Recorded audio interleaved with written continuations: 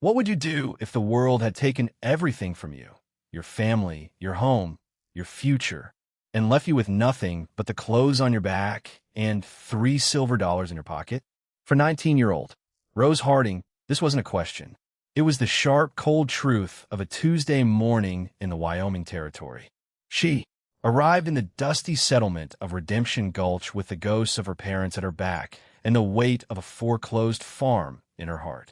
A place where she was a stranger to everyone, including the person she was forced to become. That same day, she bought a dead Trapper's Mountain Lodge for those three, a property the entire county called a ruin and a curse. But the truth waiting inside that forgotten cabin, buried under years of dust and solitude, was a legacy of intention. 1 minute a gift left behind by a man who knew precisely what it meant to have nothing and who had decided to give everything. To the next soul who was brave enough to claim it. Settle in and stay close, and let us know in the comments where you're watching from as we tell the story of the girl who bought a ghost home and found a future. The dust of the high plains had worked its way into the very weave of Rose's worn calico dress. It was a fine pale powder that spoke of long roads and no rain, a constant reminder of the farm she'd lost, where the soil had turned to. This same unforgiving grit before the bankman came. She stood before the sheriff's office in Redemption Gulch, a town that felt less like a place of salvation and more like a final stop. Her gaze was fixed on a notice nailed to the weathered wood, a list of county properties to be auctioned for back taxes. Most were barren quarter sections dismissed with a single line, but one entry held her attention, scrolled in hurried ink at the bottom of the page. The Blackwood parcel, approximately 40 acres with structure, high valley, no access road. She remembered the name Old Man Blackwood, a trapper who had gone up into the Rattlesnake Mountains 20 years ago and never came back down. Folks said the mountain had swallowed him whole, that his lodge was just a pile of bones and rotten logs now, haunted by the wind. Her hand went to the small leather pouch tied at her waist. Inside, $3 silver clicked against each other. It was the last of the money her mother had sewn into the hem of her own dress, a final, desperate provision for a future she would never see. The fever that had taken her father in the spring had returned for her mother in the summer, leaving Rose with nothing but a silent house and a stack of debts. The auction was in an hour. It was a fool's errand, a desperate grasp at a splinter of hope. But a splinter was more than she had. She had spent the last of her strength just getting here, walking beside a freight wagon for the last 50 miles, mending the driver's canvas for scraps of salt pork and heart attack. Her body ached with a fatigue so deep it felt like it had settled in her bones. She wasn't just tired. She was worn through, like a rope frayed down to its last thread. The memory of her father's hands, calloused and kind, showing her how to set a fence post, rose in her mind. Find good ground, Rosie, he used to say. Land with water and high rock to break the wind. The rest is just work. Perhaps this was that ground. Or perhaps it was just another dead end. But for three, she had to know. The auction took place in the dusty clearing between the saloon and the livery stable. A crowd of men in sweat-stained hats and sturdy boots had gathered, their faces hardened by sun and wind. They were ranchers, prospectors, and merchants, men who understood the value of land and board feet and grazing rights. A stout, red-faced auctioneer stood on the back of a wagon, his voice a booming drum against the vast, indifferent sky. Rose stood at the edge of the crowd, small and still, trying to be invisible. She listened as parcels of land were sold for hundreds of dollars. Vast tracts of prairie that would soon be scarred by barbed wire. Then the auctioneer cleared his throat and smirked. All right, folks, last lot of the day. A real prize for the ambitious man. A ripple of laughter went through the crowd. The old Blackwood place, 40 acres of rock and pine, comes with a complimentary ghost and a squirrel for a neighbor who'll start the bidding at one for the timber rights. A large man with a fid face and a silver watch chain gleaming against his vest raised a hand. Silas Croft, the wealthiest rancher in the county, a man known for buying up land and stripping it bare. One. Croft boomed, his voice thick with contempt. He wasn't bidding on a home. He was bidding on firewood. The auctioneer looked around, a performative scan of the crowd. One is going once, a voice quiet but clear as a bell in the sudden hush cut through the air. Two, every head turned. Rose felt 100 pairs of eyes land on her. A sudden heavy weight. Her heart hammered against her ribs, but she kept her chin up, her gaze fixed on the auctioneer. Silas Croft stared at her, his eyes narrowing in disbelief before his face broke into a wide, mocking grin. "Well, I'll be," he chuckled, turning to the man next to him. "Looks like we got a real land baroness in our midst." The crowd snickered. The auctioneer, flustered for a moment, regained his rhythm. The little lady bids, too. "Doi, here 3?" Croft, enjoying the spectacle, raised his hand again. 2.50, he said, drawing out the words, his tone dripping with condescending amusement. He was playing with her now, trying to humiliate her. Rose took a breath, the dust filling her lungs. She reached in her pouch, her fingers closing around the 3 coins. They felt both heavy and insignificant, the sum total of her worldly existence. 3, she said, her voice not wavering. A complete silence fell over the clearing. Even the wind seemed to hold its breath. Croft's smile vanished. He stared at her, a flicker of genuine anger in his eyes. He could have bid 1,000, but the game was no longer fun. To be challenged, even in jest, by a slip of a girl with nothing to her name was an insult. He gave a dismissive shake of his head and turned his back. The auctioneer, seeing his patron was done, moved quickly. 3, going once, going twice, sold to the young lady in the faded dress for 3. The sharp crack of the gavel sealed it. She had just bought a ghost home on a forgotten mountain. What could possibly be waiting in that derelict lodge that an entire town had dismissed as worthless? What secret did the mountain hold that the old trapper, Silas Blackwood, had taken with him to the grave? And what forcible drives a person pushed to the very edge to bet their last dollar not on a meal or a room for the night, but on a piece of forgotten earth? Let us know what you believe she will find in the comments below. And be sure to subscribe for more stories of quiet courage. For Rose Harding, the mocking laughter of the crowd was already fading, replaced by the daunting silence of the journey that now lay ahead of her. The county clerk, a thin man with spectacles perched on his nose, peered at Rose over the rims of his glasses as he filled out the deed. His pen scratched across the paper, the sound loud in the quiet office. He didn't say anything, but his expression was a mixture of pity and disbelief. He took her 3 silver dollars without comment. Dropping them into a metal box with a dull thud, he slid the deed across the counter. "It's yours, miss," he said, his voice flat. "Can't say what you've bought other than trouble. There's no road past the old Miller Creek. You'll have to walk the last 5 miles. Rose simply nodded, her fingers tracing the elegant script of her own name on the document. Rose Harding. For the first time in months, her name was tied to something other than loss. She folded the paper carefully and tucked it into her dress. As she stepped back out into the harsh sunlight, a shadow fell over her. An old woman stood there, her face a beautiful map of wrinkles, her black hair stray with silver and tied back with a leather cord. She was a raprapo, her clothes a mix of worn buckskin and traded cloth. The townspeople gave her a wide berth, but her eyes, dark and intelligent, held no malice. She reached out a hand, not to ask for anything, but to gently touch Rose's arm. "The mountain chooses who belongs on it," the woman said, her voice low and raspy like stones rubbing together in a riverbed, not the auction man. Then, just as quietly she was gone, melting back into the alleyways of the town. The words hung in the air, a strange and cryptic blessing. Rose's next stop was the livery stable. She needed a way to carry the few supplies she could afford. The owner, a stooped man named Jed, looked her up and down. "Heard you bought the Blackwood place," he said, not unkindly. "Croft's none too happy."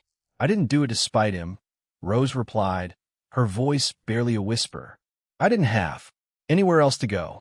Jed chewed on a piece of straw, considering her. He saw not a fool, but a girl with the same desperate grit he'd seen in 100 other pioneers who had passed through this town. Most failed. Phew, the stubborn ones held on. He jerked his head toward a pen at the back. Got an old mule, Jasper. He's half blind in one eye and mean as a snake, but he's strong. 10. Rose's shoulders slumped. I don't have it. Jed was silent for a long moment, then sighed.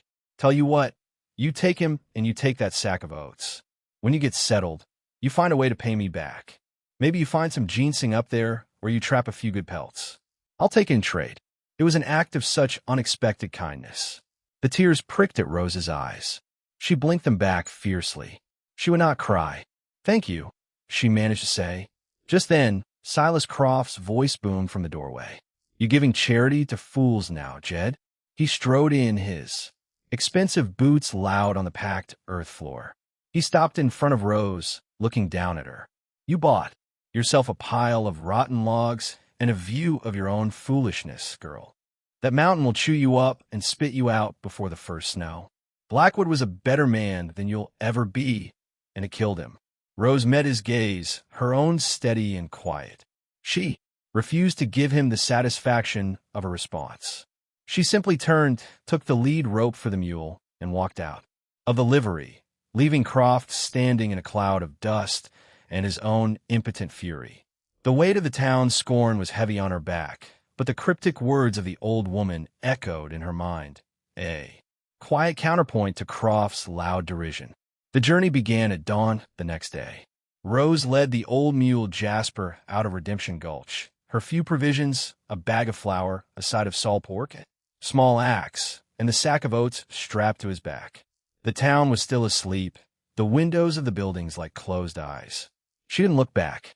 The trail leading up into the Rattlesnake Mountains was little more than a game path, winding through stands of aspen and ponderosa pine. For the first few hours, the world was alive with the sounds of the waking wilderness, the chatter of squirrels, the distant call of a hawk. But as she climbed higher, a deep silence began to settle. The air grew thinner, cooler, and carried the clean, sharp scent of pine and damp earth. This was a different world from the flat, sun-baked plains she had known her whole life. Here the land was vertical, immense, and watchful. Jasper, despite his age and bad eye, proved to be a steady companion. He picked his way over the rocky ground with a sure-footed patience, his one good eye fixed on the path ahead, his ears swiveling to catch every sound. Rose walked beside him, her hand often resting on his sturdy neck. They were two solitary, stubborn creatures, moving slowly toward an unknown future. They followed the directions the liveryman had given her, tracking the course of a fast-running creek until it disappeared into a tangle of willows. This was the place the clerk had warned her about, the end of any discernible road. From here, she was on her own. For the rest of the day, she pushed through dense undergrowth, the mule following her without complaint. The sun began to dip below the high peaks, painting the sky in strokes of orange and purple. A profound sense of isolation washed over her. There was no sign of human life, no distant curl of smoke, no sound of a barking dog. There was only the wind sighing through the pines and the steady rhythm of her own breathing. She was tired, her muscles burning with an ache that went bone deep. But she couldn't stop. She had to reach the lodge before dark. Just as the last light was fading from the sky, casting the valley in a deep blue twilight, she saw it. Through a break in the trees, perched on a wide ledge overlooking the valley, was a cabin. It was smaller than she had imagined and more derelict. The roof sagged deeply in the middle. A section of the porch had collapsed, and the single window was a dark vacant. A stone chimney covered in moss, listed to one side as if weary of standing. It looked less like a home and more like a grave marker. A wave of despair, cold and sharp, washed over her. Croft had been right. The town had been right. She had spent her last 3 on a ruin. She had walked all this way for a pile of rotten logs. She slumped against a tree, the exhaustion of the past weeks finally overwhelming her. Jasper nudged her gently with his nose, his warm breath fogging in the cool evening air. He let out a low rumbling, sigh as if to say, well, we're here now. Let's get on with it. His simple, animal presence was a comfort. She straightened up, took a deep breath of the mountain air, and walked the final 100 yards to her new home. The door hung crookedly on one leather hinge. She pushed it open, the sound of groaning would echoing in the stillness. The inside was a single room, dark and thick with the smell of dust, cold ash, and something else. Something clean and reanused like freshly split pine. Rose slept that first night just outside the cabin door, wrapped in her thin blanket with Jasper tethered nearby. She didn't trust the sagging roof, and the darkness inside the single room felt too absolute, too full of the old trapper's long absence. She lay awake for hours listening to the unfamiliar sounds of the high country, the hoot of an owl, the rustle of some small creature in the underbrush, the immense breathing silence of the mountain itself.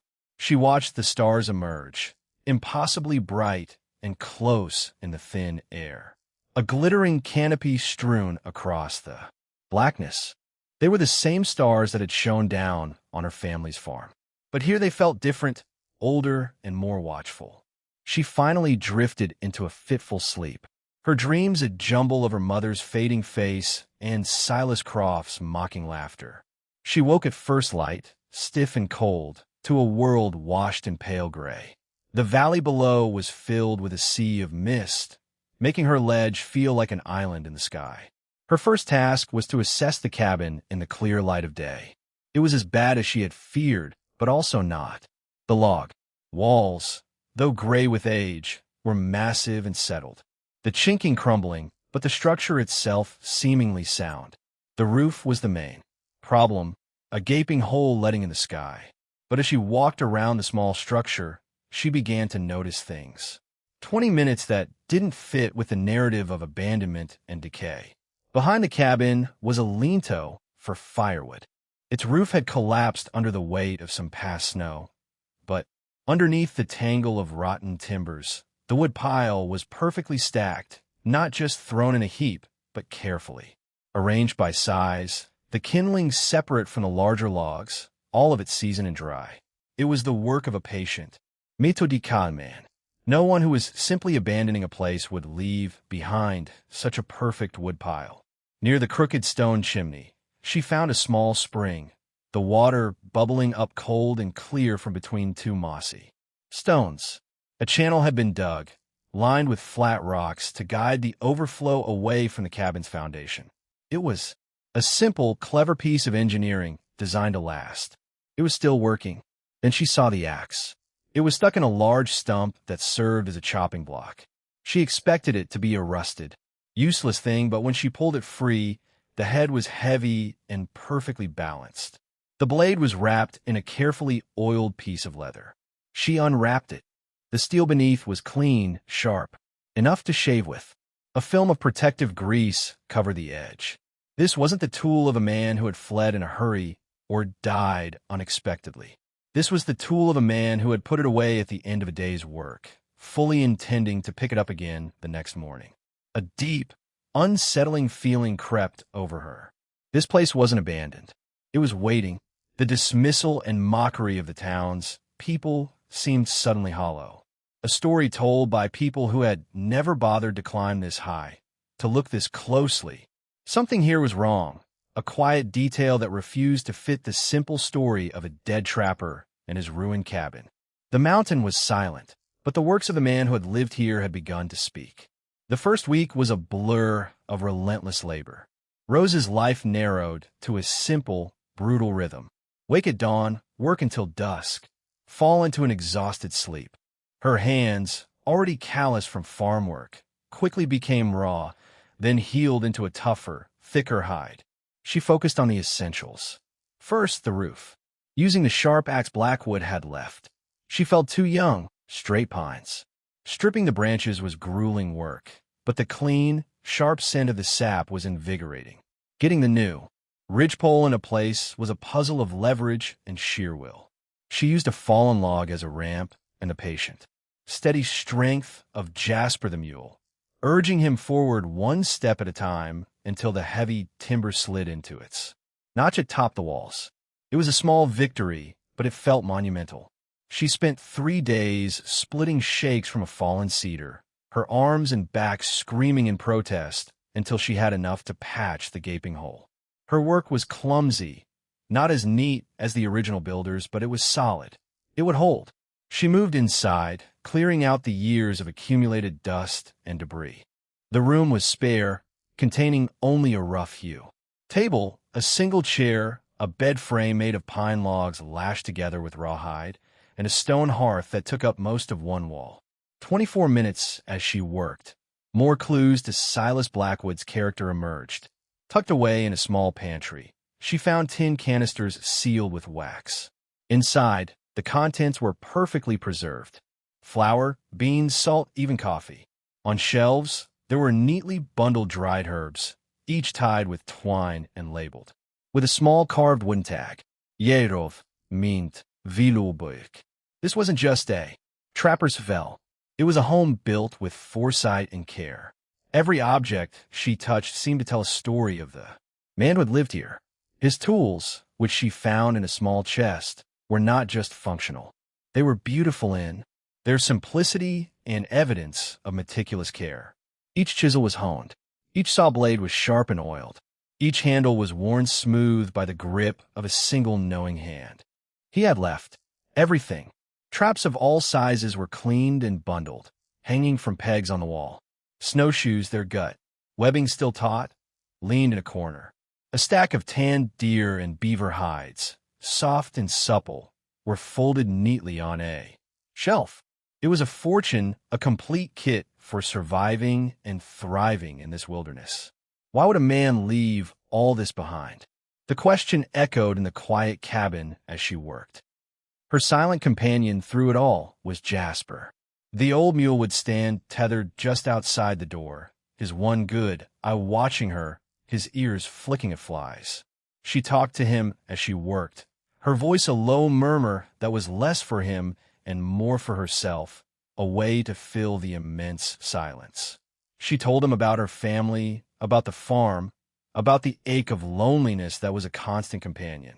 The mule would just listen, occasionally giving a soft snort or a flick of his tail. He was a steady, grounding presence, a link to the world of living, breathing things. One evening, as she was repairing the chinking in the wall, near the hearth, mixing mud and dried grass with her bare hands, she felt a loose log. It wasn't rotten, but it shifted slightly under her touch. It was one of the foundation logs, notched and fitted with the others. But something felt different about it. Curiosity piqued. She pressed harder. It moved. The man who built this place did. Nothing by accident. Every piece of his life here spoke of intention. This loose log was no different. The discovery came on a cold, clear afternoon, 2 weeks after her arrival. The air had a new crispness to it, a warning of the coming autumn. Rose had been working on the hearth, resetting some of the loose stones with fresh clay mortar. As she worked, her mind kept returning to the log near the base of the wall, the one that felt different. She had left it alone, focusing on more urgent repairs, but it nagged at her. Now, with the chimney solid and drawing cleanly, she turned her attention back to it. She ran her hands along its length, feeling for a seam, a latch, anything. There was nothing. It was just a log seemingly identical to the others. It had shifted. She fetched a small pry bar from Blackwood's tool chest. Carefully, she worked the tip into the tiny gap between it and the log above. She put her weight on it with a low groan of wood against wood. The log didn't just move.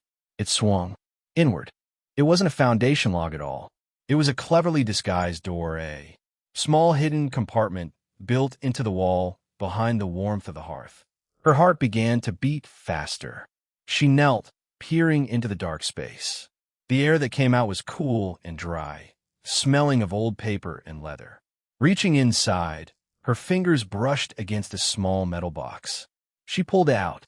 It was a simple tin lockbox, not much bigger than a book, heavy for its size. It wasn't locked. With trembling hands, she lifted the lid. Inside, resting on a bed of dried lavender, was a small, worn leather-bound journal, an oilskin pouch, and a single polished river stone, smooth and gray, and perfectly shaped to fit in the palm of the hand. She picked up the stone first. It was strangely warm, as if it held some residual heat from the man who had placed it there. She set it aside and opened the oilskin pouch. Inside were not coins or gold, but seeds. Dozens of small paper packets, each folded and marked with precise, neat handwriting. Carrot bean, squash, high-altitude corn. There was also a larger packet labeled wildflower mix for the bees. It was a hidden garden, a promise of future springs. Finally, she picked up the journal. The leather was soft with age. She opened it to the first page. The handwriting was the same as on the seed. Packets, clear and strong. It began not with a date, but with a title, a letter to the one who comes after. 30 minutes her breath caught in her throat. This wasn't just a journal. It was a message. She began to read. If you're reading this, it began, then you have found my home. And I hope you are in greater need of it than the world. That will have forgotten me. My name is Silas Blackwood. I'm not dead. Not in the way the town will tell it. I'm simply finished. He wrote of his life of coming to this mountain as a young man, full of anger and grief after losing his wife and young daughter to cholera back east. He wrote of how the mountain had healed him, how the patient work of building a life from nothing had quieted the storm in his soul. He had built this cabin, hunted these woods, and lived in solitude for 30 years. But he was old now, his bones aching with the cold, and he knew his time was short. I have no kin, he wrote, and I will not have my life's work. This small sanctuary sold for timber to a man like Croft who sees trees, but not the forest. I have paid the taxes forward for 5 years. I am leaving it all behind, not out of carelessness, but with purpose. Everything here, the tools, the traps, the food, the knowledge in this book is a single inheritance. It is not for the rich or the powerful. It is for the person who has nothing left. The one who comes to this place not to take from it, but to ask for shelter. It is for a soul with the grit to make the climb and the eyes to see the value in what others have dismissed. Rose's vision blurred with tears. The final pages of the journal were a guide to the mountain, where to find the best fishing holes, how to read the weather in the clouds, which berries were safe to eat. It was a lifetime of wisdom passed on in a final extraordinary act of faith. He had not abandoned his home. He had curated it. He had left it for her. The first snow came early that year, a sudden violent blizzard that descended from the high peaks without warning. One moment the sky was a bruised purple. The next the world had dissolved into a churning vortex of white. The wind howled around the small cabin, a mournful, hungry sound tearing at the new shakes on the roof, but they held. Inside, Rose stoked the fire in the newly repaired hearth. The stones radiated a deep, steady warmth, and the cabin, once a derelict shell, was now a snug and sturdy refuge against the storm's fury. She had spent the past month following the instructions in Silas Blackwood's journal, laying in provisions. The small pantry was full, the woodpile was high, and the cabin was banked with earth and pine boughs to keep out the drafts. She felt a quiet sense of preparedness, a feeling she hadn't known since before her parents' death. She was listening to the storm rage when she heard it, a faint cry nearly lost in the wind. She froze, straining to listen. It came again, closer, this time a desperate human shout. Her heart leapt in her throat. No one should be out in this. Pulling on the heavy wool coat she had found in Blackwood's chest, she grabbed a lantern and stepped out into the blizzard. The force of the wind nearly knocked her off her feet. "Hello," she yelled, her voice snatched away by the gale. A weak reply came from the direction of the trail. Shielding the lantern with her body, she fought her way through the deepening snow. She found them huddled in the lee of a massive boulder. A man, a woman, and a young boy. Their faces pale with cold and fear. They were strangers, their clothes inadequate for the mountains. Their horse had gone lame, and they had been trying to reach Redemption Gulch on foot when the storm hit. The preacher, the man gasped, introducing himself as Mr. Evans, my wife Sarah, and our son Thomas. Rose didn't waste time with questions.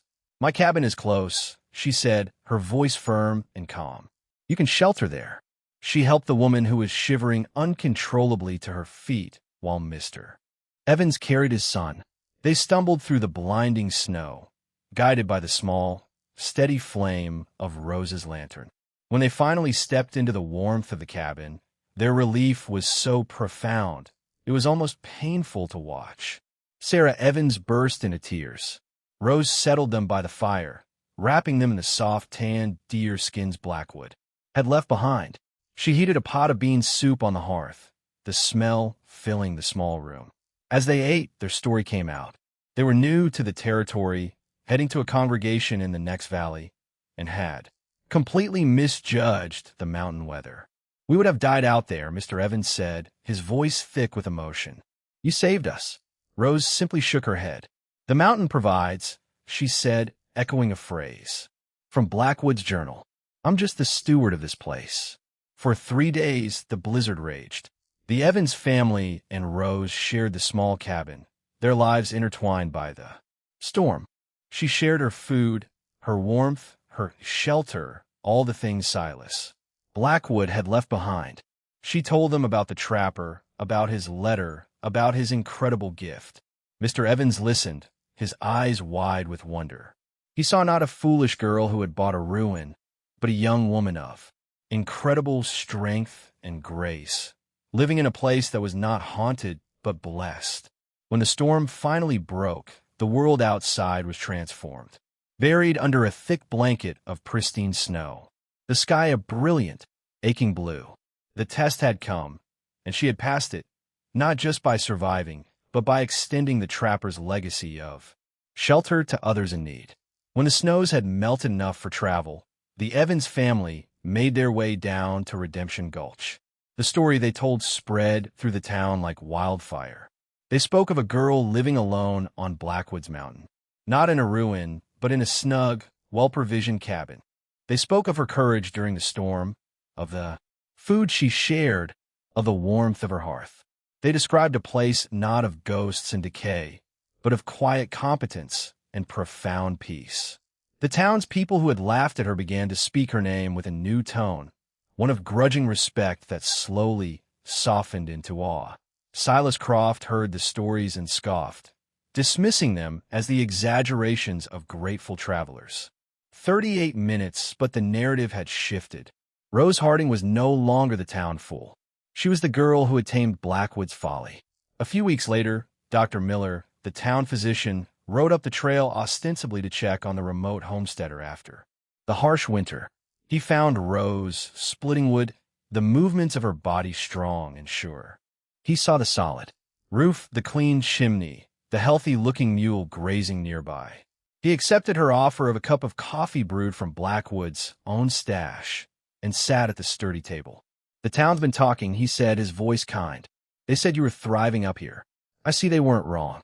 He looked around the cabin at the neatly organized tools, the bundled herbs, the sense of order and purpose. "This is remarkable, Miss Harding." Rose just nodded, a faint blush on her cheeks. "The man who built it was a remarkable man." Before he left, the doctor handed her a small package. "The Evans family left this for you, and Jet at the livery says to tell you your debt is paid in full. Says your story is worth more than 10 to this town." Inside the package was a bolt of warm wool cloth and a new needle and thread. It was a simple gift, but it meant the world. The final piece of vindication came not with words, but with a silent visit. One afternoon, Rose saw a rider coming up the trail. It was Silas Croft. He didn't approach the cabin, but sat on his horse at the edge of the clearing, just looking. He saw the smoke curling from the chimney, the patched roof, the glint of the axe and the chopping block. He saw 40 minutes home. He saw what he with all his money and power had been unable to see. Not a collection of timber and rock, but a life. He had seen the land as a resource to be exploited. She had seen it as a place to belong. After a long moment, he turned his horse and rode away without a word. He never bothered her again. The laughter of the town had turned to whispers of reverence. They didn't understand the full truth, the secret of the letter in the tin box, but they understood the visible evidence of her labor and spirit. The community, which had once cast her out with its scorn, was now slowly, quietly claiming her as one of its own. Spring arrived on the mountain like a clear's throat whispered promise fulfilled. The snows receded and the valley floor erupted in a riot of green, dotted with the wild flowers from the seeds Silas Blackwood had left behind. The air was sweet with the smell of damp earth and pine. Rose worked in the small garden she had cleared, turning the rich soil, planting the carrots, beans, and corn just as the trapper's journal had instructed. She had survived the winter. More than that, she had bloomed. The solitude that had once felt like a heavy blanket was now a comfortable cloak.